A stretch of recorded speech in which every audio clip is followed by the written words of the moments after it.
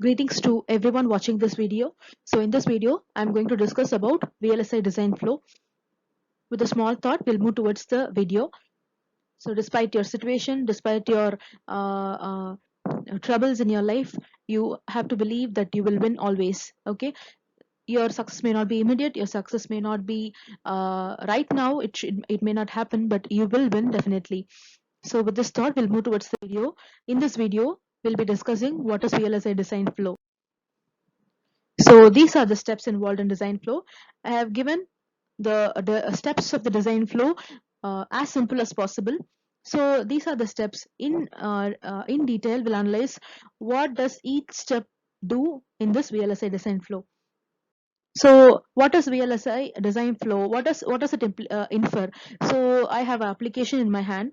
I have a idea, or uh, I have some system, okay, idea to a system to be built. So I'm going to fabricate that into a product. I'm going to fabricate that into a chip. So how should I proceed? That is the VLSI design flow. So just you can imagine that you're moving into a shop to get some clothes.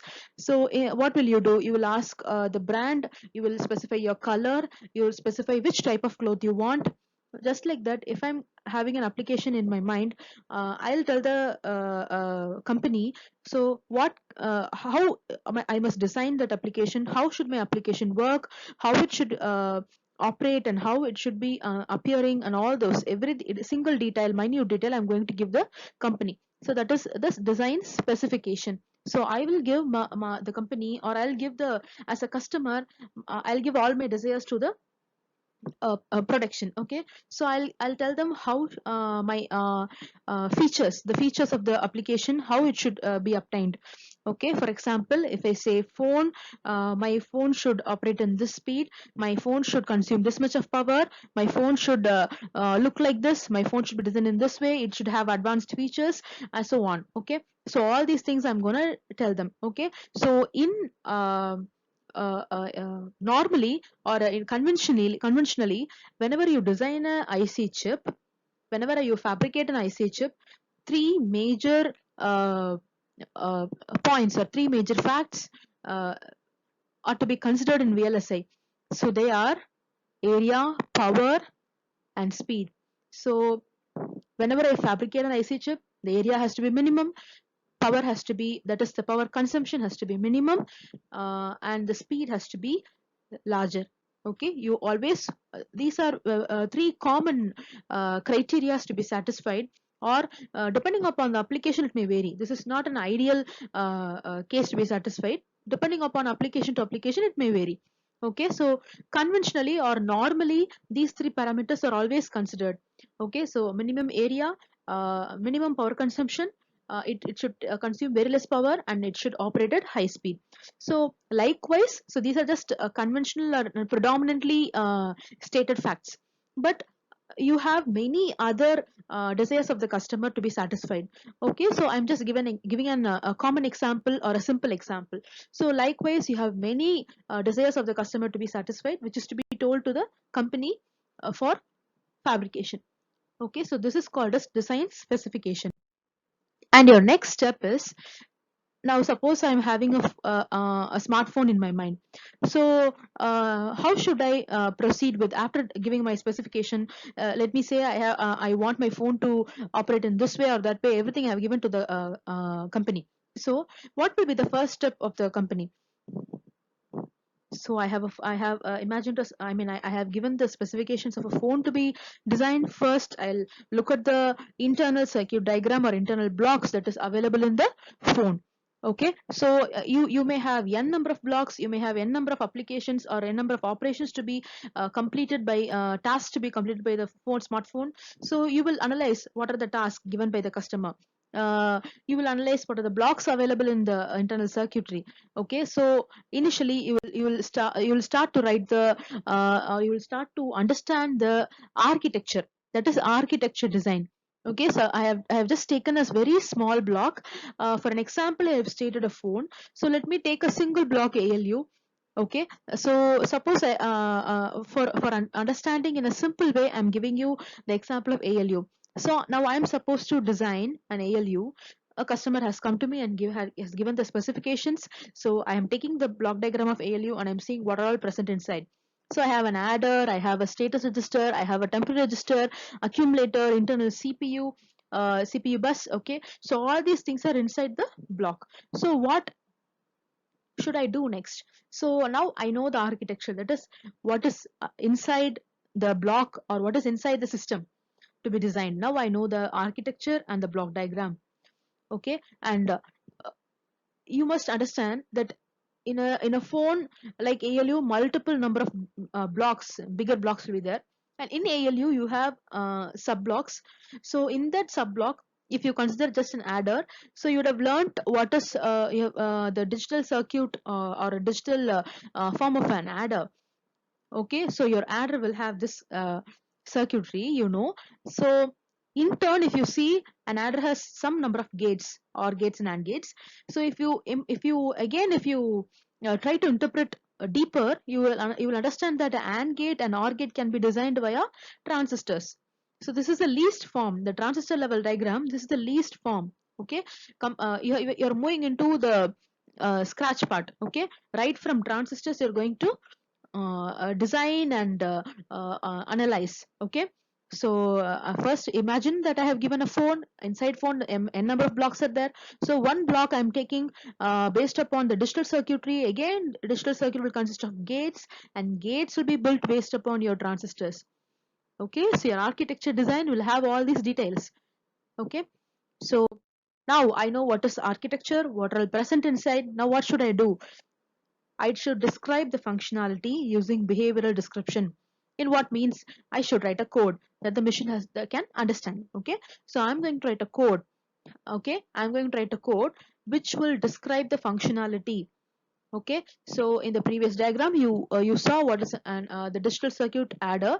So what does it contain? It contains AND and OR. So you should write the code for AND operation or operation. Okay, in simple terms. So likewise you're going to write the behavior of your circuit, or you're going to write the functioning of your circuit. Okay, so just like other programming languages, for this purpose we have a specific coding language, that is hardware description language. Okay, so you have Verilog, you have system Verilog, you have VHDL and Verilog A. Okay, VHDL is nothing but a hardware description language. VHSIC, hardware description language. Okay, you will learn in future. And so these are the languages that is preferred for writing the behavior of your circuit or architecture. Okay, now the code is ready. So what should I do? First, I'm going to run the code using an EDA tool, and I'm going to check whether it functions properly or not. Okay, so that is functional verification.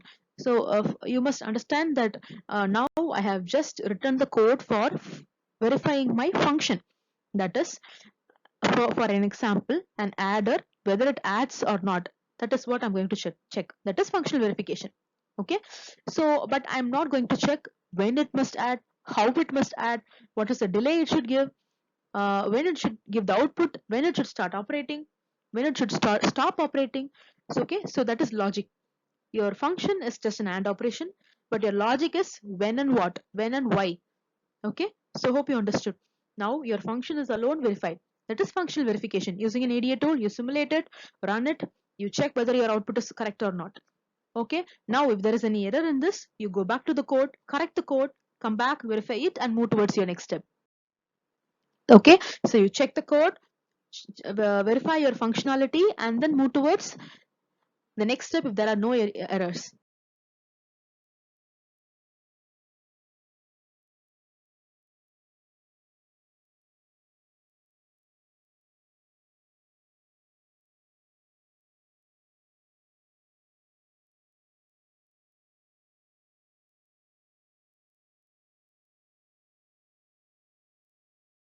Okay, so once your functional verification is being done, you can move towards the next step.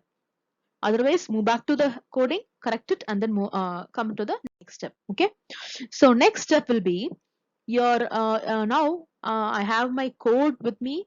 Okay, that is RTL description, or that is nothing but register transfer level.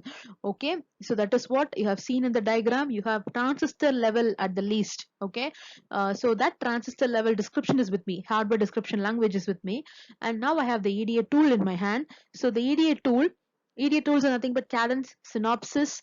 Okay, so all those are EDA tools, Xilinx and all those. So, and I have the technology in my hand. Now please understand what is technology. So the technology is nothing but the length of the gate is your technology.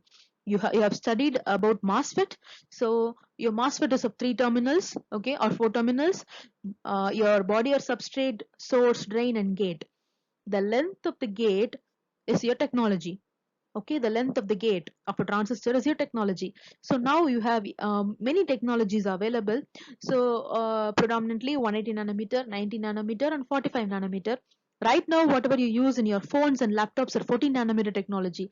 Okay, so in EDA tool I have a cell library which contains the components necessary in the technology I need. So I can choose my technology. If I want my transistor to be in 180 nanometer, I can choose it from cell library. If I want 45 nanometer, I can choose it from the EDA tool. So now I'm going to take the components. So I know the list, whatever is needed, how many AND gates, how many OR gates, how many transistors required. Everything is available in the form of RTL description. I am going to take the necessary components or consider the necessary components in the technology which I am going to choose, which is nothing but logic synthesis. Okay, and you're going to synthesize and get the gate level netlist. Okay, so you're going to synthesize the logic and you're going to obtain the gate level netlist. So the gate level netlist will give you uh, the list of components, the components with the technology specified. Okay, now your architecture, after logic synthesis you can view it as a netlist. That is all the transistors, your voltage supplies, capacitors, resistors, and whatever you want in the technology you specified. Okay, so this is logic synthesis. And now again, after logic synthesis you're going to verify it and then move towards partitioning. So what is partitioning? Now again consider the ALU. Okay, so this is how your EDA tool after partitioning the blocks will look like. Okay, so see the diagram, you can understand what is block level partitioning and chip level partitioning. So you can see the chip contains a smaller number of blocks, right? So it is nothing but, in simple terms, you have a very big system to be designed. You are going to partition it into a number of blocks. Okay, say an ALU contains I think 4 blocks. Yes, adder, status, 5 blocks. Adder, status register, shifter, temp register, and accumulator. All these are 5 blocks. Now partition it into 5 blocks. Okay, that is nothing but your partitioning. Okay, or you can, it depends upon your desire. You can take, consider temporary register and accumulator together, or in whatever way you want. Just for an example I'm letting you know. Okay, so partitioning is splitting the entire system into a different number of blocks, which is feasible for a smoother design. Okay, and next what you're going to do is floor plan. What is floor plan? Now you know how many number of blocks are there. Now we are going to decide where to place which block, where to place which block. Okay, this is floor planning. Where should I place register, where should I place the flip flop, where should I place so and so. That I'm going to decide using chip planning and floor planning. And after planning where to place, now I'm going to give the connection between the blocks, that is placement and routing. So you have decided how many blocks you have segregated into, and you have decided where to place the blocks, and you have decided the position of the blocks on the chip, and now you're going to wire it, that is routing. Okay, routing.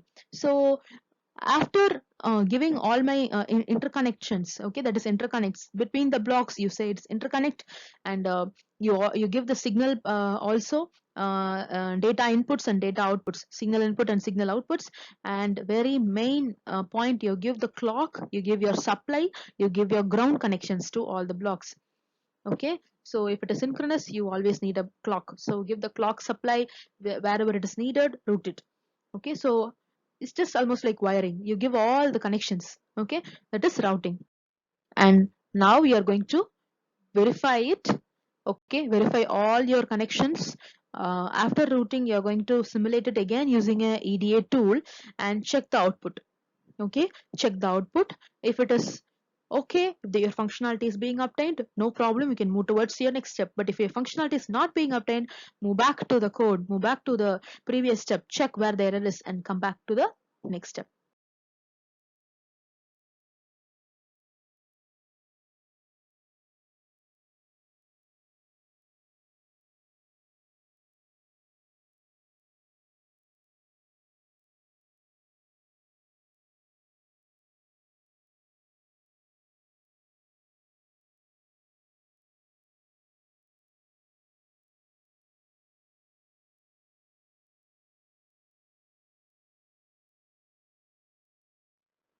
And finally you're going to fabricate it. Now your layout is being prepared completely. You're done with the simulation part. You are satisfied with the physical layout being obtained. Now you're going to give that to fabrication.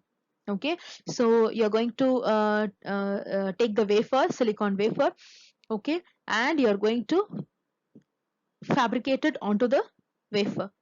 Okay, and you're going to give it for packaging and take the chip out.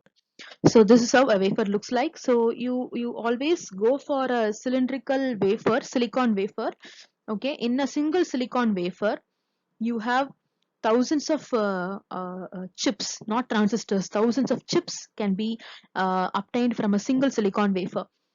Okay, so now once again you can see the design flow.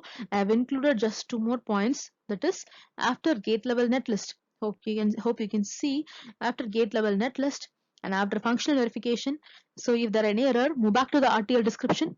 Okay, that is the code, correct it and come back again. Likewise, in every stage you check it, verify your functionality, verify your logic, come back. The major part I have missed in this for simplified understanding is timing.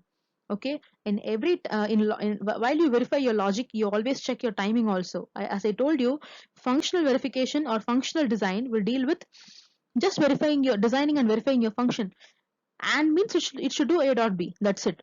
But logic, but when you see logic synthesis and logic verification, here you have to verify your when it should start doing AND operation, why it should do AND operation, at what time it should simulate, at what time it should give the output. Timing and logic has to be verified properly. Okay, and testing is also I have not discussed in detail here. So after every step you have to test, and testing has is a vast topic. It has its own algorithms, it has its own methodologies, where n number of methodologies are available. Okay, and always understand that each and every step here is a separate area, is a separate vast area in your VLSI design. And now after that you're going to give it for packaging and test it.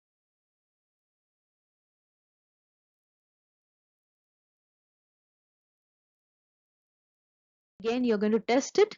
After testing you're going to get your product. Okay,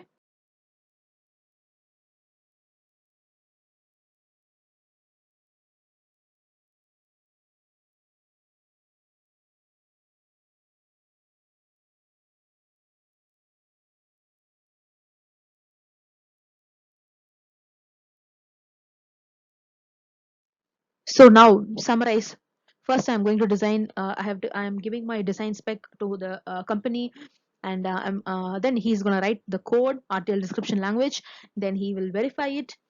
Okay, if there is no error, he'll move towards synthesizing the logic, and then he'll test again, rectify the errors.